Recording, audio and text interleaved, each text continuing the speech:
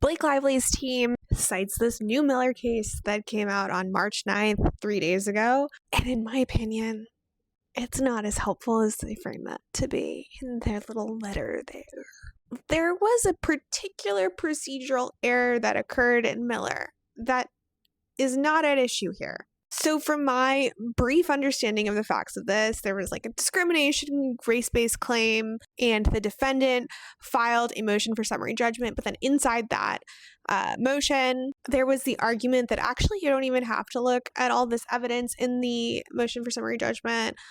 You can just look at the complaint itself, and said that it would fail under 12b6. Failure to state a claim, and should be dismissed on that basis alone. But still, this is within a motion for summary judgment. But like the court kind of like took that bait of that little line there, and even though there was this full evidentiary record, the judge ignored all of it and just made his decision on like whether the complaint's allegations were sufficient, and effectively treated the motion for summary judgment as a motion to dismiss. And that's where this all comes into play. Also, here, we are not talking about a motion to dismiss. We are talking about a motion for judgment on the pleadings. A 12C, I think. So even there, it's not analogous.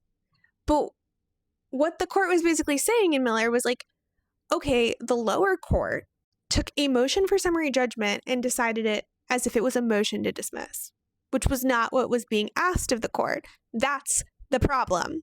And that is a different situation than the Lively situation.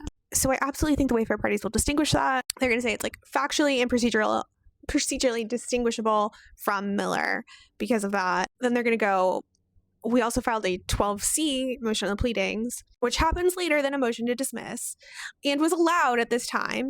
And it is recognized as like a legitimate procedural step that they are allowed to take. And the two tools can coexist, right? Like you can have a motion for judgment on the pleadings and also a motion for summary judgment.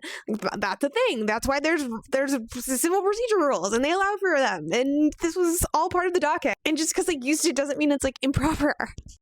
Lively makes an interesting argument in here that she throws in here with this line that's like, oh, and like my complaint should be automatically amended to conform with the summary judgment record. Instead of like actually having amended her complaint. It's like, whoops, maybe if I forgot. Whoops, just treat like everything else that's come out as like that's my amended complaint. I'm sure the Wayfair parties are going to say that that's improper. Like, no. There is an interesting dissent in the Miller case. Judge Sullivan, he dissents and says that like Miller should really only be used for very narrow facts, and that this is really not settled law.